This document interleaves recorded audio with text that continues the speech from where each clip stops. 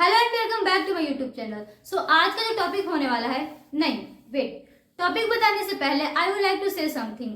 First of all तो जो मेरा कंटेंट है, आई डोंट थिंक सो कि मेरे कंटेंट से और मेरे फिजिकल अपीयरेंस से कुछ रिलेशन है। आई थिंक आप समझ रहे हो मैं कहना क्या चाहती हूँ। यानी मैं कैसी दिखती हूँ वो मैटर नहीं करता है, कंटेंट कैसा है ज्यादा मैटर करता है। So you have to be focus on the content, ठीक है। And the second things is तेरा। व्हाट तेरा? एजुकेट करती हूँ ना मैं, आपको शिक्षा देती हूँ ना। आई नो आपके और मेरे एज में ज्यादा डिफरेंस होगा नहीं, बट फिर भी मैं एजुकेट कर रही हूँ। आप किसी भी टीचर को देख लो, क्या आप अपने टीचर को तेरा बोलते हो? नहीं ना। फिर हमारे यहाँ पद प्रधान होता है, यानी कि पोस्ट, एज नहीं। आई नो मैं छोटी भी हो सकती हूँ, बट फिर भी हमारे यहाँ एज नहीं पद प्रधान होता है, तो आपको रिस्पेक्ट करनी पड़ेगी। बाय द वे चलते हम अपने टॉपिक की तरफ। सो आज का जो हमारा टॉपिक है वो वैलेंस बॉन्ड थ्योरी है। मैं पहले से लिख के आई हूँ, किसी ने कमेंट किया था पहले से लिखे, बहुत अच्छी बात है। मैं कमेंट इसलिए ऑन करती हूँ ताकि आप लोग इंटरेक्ट कर सको, जो आपको प्रॉब्लम है आप बता सको, जो मेरी गलतियां है आप वो भी बता सकते हो। हाँ, बस गलतियां बताना नहीं है, उसका सोल्यूशन भी देना है, ठीक है। और अगर मैं सही कर रही हूँ तो आप अप्रिशिएट करो, कोई डाउट है तो वो बताओ। कुछ प्रॉब्लम है इसलिए मैंने कंटेंट ऑन किया है, ठीक है। सो चलते हैं अपने टॉपिक की तरफ। मैं लिख के आई हूँ ताकि कम टाइम में ज्यादा कंटेंट डिलीवर हो जाए। थैंक यू सो मच बताने के लिए, जिसने भी ये आइडिया दिया, थैंक यू सो मच। चलते हैं अपने टॉपिक की तरफ। सो आज का जो टॉपिक है वो वैलेंस बॉन्ड थ्योरी है। वैलेंस बॉन्ड थ्योरी क्या कहता है, कैसे बनता है हमारा कोवैलेंट बॉन्ड, इसको बताते हैं हमारा वैलेंस बॉन्ड थ्योरी, ठीक है। Overlapping concept of covalent bond formation, यानी ओवरलैप करके जो कोवैलेंट बॉन्ड की फॉर्मेशन होती है वो होता है हमारा वैलेंस बॉन्ड थ्योरी। देखो जैसे ये एक मेरा हाथ हो गया, ठीक है, ये दूसरा हाथ हो गया, तो जो पिछला हाथ है इससे मेरा आगे वाला हाथ कवर कर लिया, यानी कि पीछे वाला बिल्कुल भी नहीं दिख रहा है, तो बिल्कुल ये क्या हो गया, ओवरलैप कर लिया है, एक दूसरे को ओवरलैप कर लिया, यानी आगे वाला हाथ मेरे पीछे वाले हाथ को क्या कर लिया है, ओवरलैप कर लिया है। तो ये अगर ओवरलैप करने के बाद कोवैलेंट बॉन्ड बनता है, इसको हम कहते हैं वैलेंस बॉन्ड थ्योरी, ठीक है। According to valence bond theory, a covalent bond is formed when two half-filled atomic orbital overlapped with each other.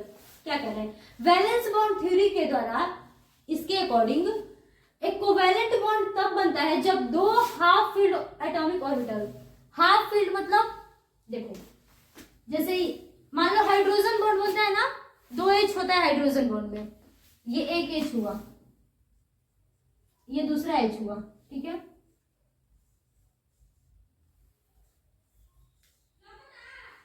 इसमें एक इलेक्ट्रॉन है, इसमें भी 2 इलेक्ट्रॉन है, लेकिन इसमें मैं ऐसा इलेक्ट्रॉन बनाई हूं, इसमें ऐसा बनाई हूं। इसका मतलब ये एंड क्लॉकवाइज है, ये क्या है, क्लॉकवाइज,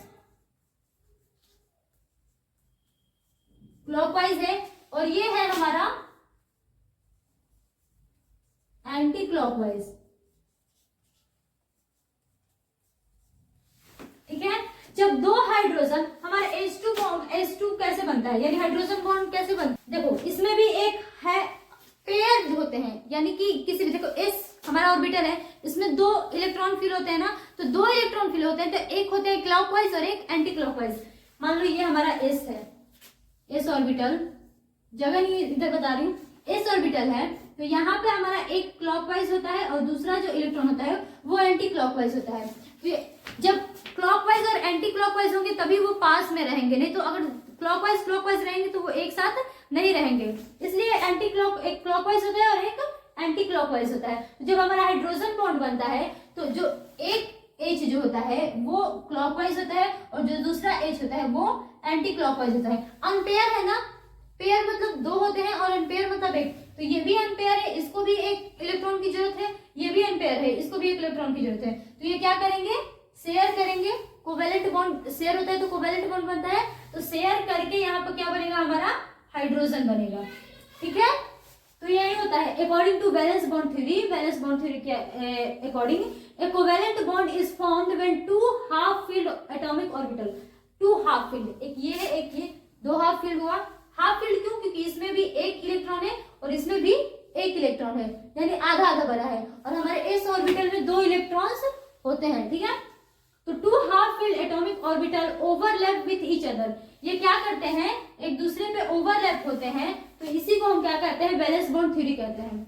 इधर दिखेगा क्या, मैं बता देती हूँ, देखो एस बॉन्ड हुआ ना, ये एस ऑर्बिटल ये ऐसे होता है, अब ये पास आता है, ये क्या करेगा, ये इधर जाएगा, यानी ये इधर जाएगा और ये वाला भी इधर जाएगा। तो जब ये इधर आएगा और ये इधर आएगा, बिल्कुल पास आएगा, तो यहाँ पे कैसा बनेगा, ऐसा, और ये जो बॉन्ड होता है यही होता है हमारा हाइड्रोजन बॉन्ड, यहीं पे जो होता है हमारा इलेक्ट्रॉन होता है, ठीक है। Now half filled atomic orbital must contain electron with opposite spin, पहले ही बता दी हूं, अपोजिट स्पिन कह रहा है, यानी कि एक क्लॉकवाइज है तो दूसरा क्या होना चाहिए, एंटी क्लॉकवाइज होना चाहिए। देखो एक क्लॉकवाइज है तो दूसरा एंटी क्लॉकवाइज होना चाहिए।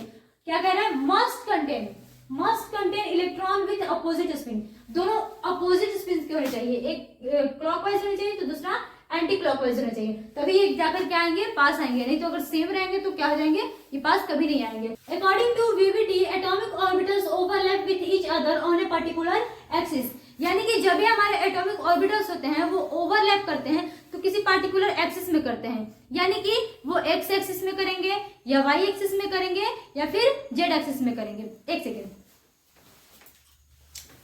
देखो जैसे ये हुआ हमारा, मान लो ब्लैक वाला पेन, ये हुआ हमारा एक्स एक्सिस, ऐसे होता है हमारा एक्स एक्सिस, ये हुआ ये, फिर ये हुआ हमारा ऊपर नीचे है, तो ये हुआ हमारा वाई एक्सिस, और जो आगे सामने से आता है ये जो हुआ हमारा जेड एक्सिस, तो या तो हमारे ऑर्बिटल्स ओवरलैप होते हैं, वो एक्स एक्सिस में ओवरलैप होंगे या फिर वाई एक्सिस में ओवरलैप होंगे या फिर जेड एक्सिस में ओवरलैप होंगे, ठीक है। Axis along with atomic orbitals approach towards each other for overlapping pass through both the nuclei of atomic orbitals and hence called internuclear axis. मतलब देखो जैसे ये एक एटम हुआ, उसका ये न्यूक्लियस हुआ, ये दूसरा एटम हुआ, उसका ये न्यूक्लियस हुआ, तो ये एक लाइन जो है जिसको हम इंटरन्यूक्लियर एक्सिस कहते हैं, ये पास करता है हमारे न्यूक्लियस को, न्यूक्लियस के बीचों बीच से पास करता है। तो जो हम एक लाइन हमारे इंटरन्यूक्लियर एक्सिस कहलाता है, जो न्यूक्लियस के बीचों बीच पास करता है, इसको हम क्या कहते हैं, inter nuclear axis. X axis के अलोंग भी होता है, वाई एक्सिस के अलोंग भी होता है और जेड एक्सिस के भी अलोंग होता है, ठीक है। इसको हम शॉर्ट में INAV कहते हैं, ठीक है। अब देखो जो हमारा ऑर्बिटल ओवरलैप करता है ना, उस पर भी डिपेंड करता है। अगर वो हेड टू हेड ओवरलैप किया तो वो हो गया एक्सियल ओवरलैपिंग, ठीक है, उसको हम हेड ओवरलैपिंग भी कहते हैं। अगर वो साइड टू साइड ओवरलैप किया तो वो हो गया हमारा कोलेटरल ओवरलैपिंग, ठीक है। देखते हैं जैसे हमारा कैसे ओवरलैप कर रहा है कोवैलेंट बॉन्ड, कैसे बन रहा है, इस पे भी डिपेंड करता है। तो इस पे 3 टाइप्स के होते हैं, एक होता है सिग्मा बॉन्ड, ये होता है हमारा सिग्मा बॉन्ड, ये हुआ हमारा पाई बॉन्ड और ये हुआ हमारा डेल्टा बॉन्ड, ठीक है। तो एक्सियल बॉन्ड के बारे में सबसे पहले पढ़ते हैं, इसको हम हेड ओवरलैपिंग भी कहते हैं। जब एस ओवरलैपिंग होता है तो यानी कि ये एक्सिस पे होता है, जो इंटरन्यूक्लियर एक्सिस पढ़ाई हूं ना कि जो न्यूक्लियस को क्रॉस करके जाता है उस पे ओवरलैप करता है। तो अगर ये हुआ तो मान लो एस, ये एस हुआ और ये भी एस एस ओवरलैप पढ़ रहे हैं ना, तो एस एस के बारे में पढ़ेंगे, और ये भी इसका न्यूक्लियस हुआ, तो ये अगर, और ये हुआ हमारा INA यानी इंटर न्यूक्लियर एक्सिस। तो ये अगर ये इधर आएगा, मान लो ये भी इधर आ रहा है और ये भी इधर आ रहा है, ये दोनों जब इधर आएगा तो ये कैसे बनेगा, ऐसा बनेगा क्लियर इसका, और यहाँ पे हमारा होगा इलेक्ट्रॉन्स। तो ये कहाँ पे, ये एक्सिस पे ओवरलैप किया है, ठीक है, और ये एस है तो ये एस एस ओवरलैप हो गया, ठीक है। अब एस पी ओवरलैप क्या कर रहा है, एक एस का होगा और दूसरा जो होगा वो पी का होगा, यानी एस, ये एस का हुआ और पी का हुआ, ये हमारा पी का हुआ, ये भी इधर आ रहा है, ये भी इधर आ रहा है, और ये एक्सिस है, ये भी एक्सिस पे ही करेगा क्योंकि हम पढ़ क्या रहे हैं, एक्सियल ओवरलैपिंग, और एक्सियल ओवरलैपिंग एक्सिस पर ही होता है। ये भी इधर आया और ये भी इधर आया, ये एस है और ये पी है, ये आया तो ये कैसे बनेगा, ये हुआ हमारा एस और ये हुआ हमारा पी, तो यहाँ पर भी क्या हो रहा है, हमारा एक्सिस पे ही ओवरलैप हो रहा है, ठीक है। अब पीपी ओवरलैप, ये हुआ पी का, ये दूसरा पी का हुआ, ये भी एक्सिस पर ही होता है, ठीक है। मान लो ये भी इधर आया, ये भी इधर आया, पी है, ये भी पी है, दोनों इधर आ रहे हैं, एक दूसरे के तरफ आ रहे हैं, तो ये कैसे बनेगा, ये ऐसे बनेगा, लेकिन होगा दोनों क्या, एक्सिस पर ही। देखो एक्सिस पे ओवरलैप हो रहा है, तो ये हुआ हमारा पीपी ओवरलैपिंग, ये हुआ हमारा एसपी ओवरलैपिंग, और ये हुआ हमारा एसएस ओवरलैपिंग। तो जब भी हमारा एक्सियल ओवरलैपिंग होता है ना, उसमें सिग्मा बॉन्ड बनता है हमेशा, याद रख लो, ठीक है। तो हम लिख सकते हैं यहाँ पर कि axial overlapping always, axial overlapping always make sigma bond, हमेशा सिग्मा बॉन्ड बनाता है, ठीक है। और ऑलवेज वाला बहुत कम होता है, ये याद रख लेना। अगर इसमें ऑलवेज है मतलब ये बहुत इंपॉर्टेंट है, ठीक है। देखो इसमें बता भी देती हूँ, ये ऐसे बन रहा है सिग्मा बॉन्ड, यहां से आया ये ऐसे ऐसे है ना, इसमें ये भी सिग्मा बॉन्ड बना रहा है, इसमें भी देखो, इसमें भी ये सिग्मा बॉन्ड बना रहा है, इसमें भी ये सिग्मा बॉन्ड बना रहा है, ठीक है। तो ये हुआ हमारा एक्सियल ओवरलैपिंग, और ये एसएस ओवरलैपिंग हुआ, ये एसपी ओवरलैपिंग हुआ, और ये हुआ पीपी ओवरलैपिंग। और एक्सियल बॉन्ड हमेशा, एक्सियल ओवरलैपिंग हमेशा जो होता है वो सिग्मा बॉन्ड बनाता है, ठीक है। अब देखो कोलैटरल यानी कि साइड में ओवरलैपिंग, ठीक है। अब वो हमारा क्या था, एक्सियल था ना, जिसमें हम क्या पढ़ रहे थे, हेड टू हेड ओवरलैप था, लेकिन इसमें क्या है, साइड टू साइड ओवरलैप है। देखो उसमें एक्स एक्सिस में हम पढ़े थे ना कि ऐसे एक्स एक्सिस में था, और इसमें क्या है, वाई एक्सिस में है, ठीक है। ये पी है और ये वाई एक्सिस में है, तो ये वाई हो गया पी वाई, और ये भी वाई एक्सिस में है तो पी वाई। तो ये हो गया हमारा एक्स एक्सिस। लेकिन ये अगर हम ओवरलैप कराएंगे, ये इधर आएगा और ये वाला इधर आएगा, यानी दोनों इधर आएंगे, ठीक है। देखो इधर ये भी धीरे धीरे इधर आएगा, ये भी धीरे धीरे इधर आएगा, तो ये कैसे ओवरलैप करेगा, ऐसे रहेगा, यानी ये हुआ हमारा ऐसे, और दूसरा जो होगा वो होगा ऐसे। अब ये देखो एक्सिस के ऊपर हुआ है और एक्सिस के नीचे ओवरलैप हुआ है, यानी कि ये एक्सिस पर नहीं हुआ है, तो इसका मतलब ये हो गया हमारा एबव एक्सिस, एक्सिस के ऊपर ओवरलैप किया है, और एक्सिस के नीचे तो यानी कि बिलो एक्सिस। और जब ऐसा होता है तो ये किसमें होता है, हमारा कोलैटरल यानी कि साइड में ओवरलैपिंग में होता है, और इसमें कौन सा बॉन्ड बनता है, पाई बॉन्ड बनता है, ठीक है। तो इसमें लिख देते हैं इट मेक पाई बॉन्ड, ठीक है ना। ओवरलैपिंग बिटवीन डी ऑर्बिटल्स, ठीक है। अब डी ऑर्बिटल्स के बीच में ओवरलैपिंग देखेंगे, जैसे ये हुआ, ये वाई एक्सिस हुआ, ठीक है, और ये एक्स एक्सिस हुआ, यहाँ भी वाई एक्सिस हुआ, ये एक्स एक्सिस हुआ। ये अगर इधर जाएगा, ओवरलैप होने के लिए पास तो आना जरूरी है, ठीक है, और ये भी इधर आएगा, तो इसमें कैसा डायग्राम बनेगा,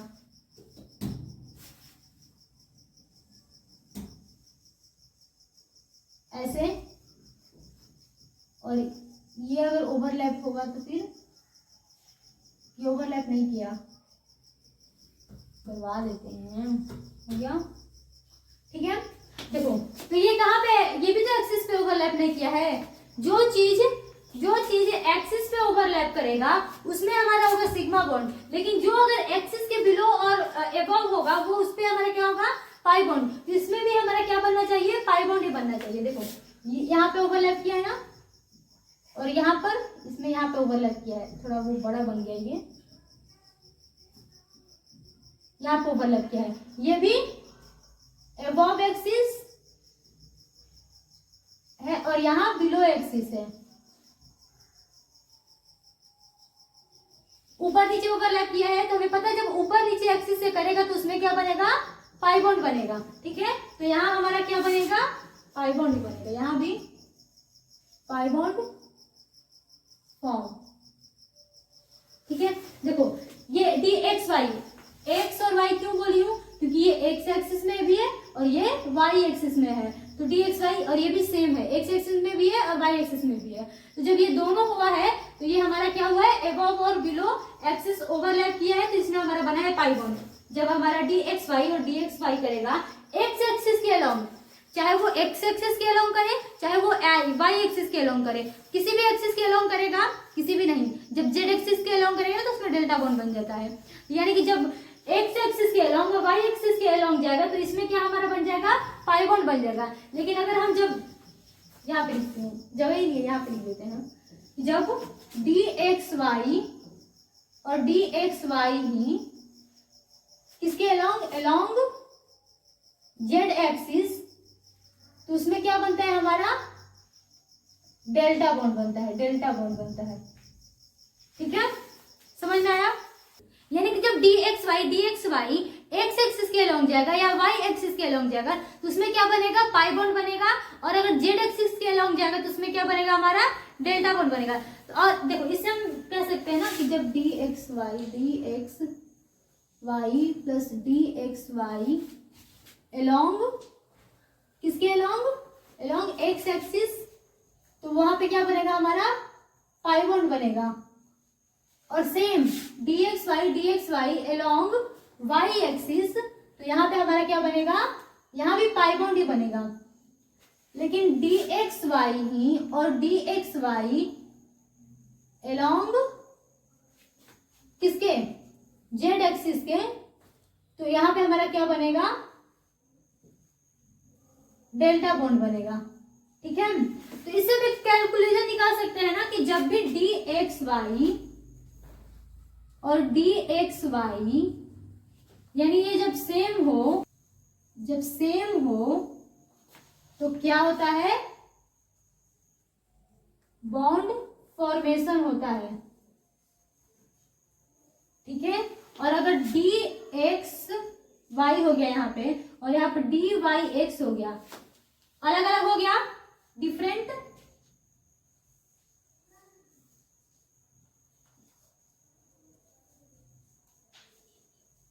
ये डिफरेंट हो गया, तो यहाँ पे हमारा क्या होगा, नो बॉन्ड फॉर्मेशन।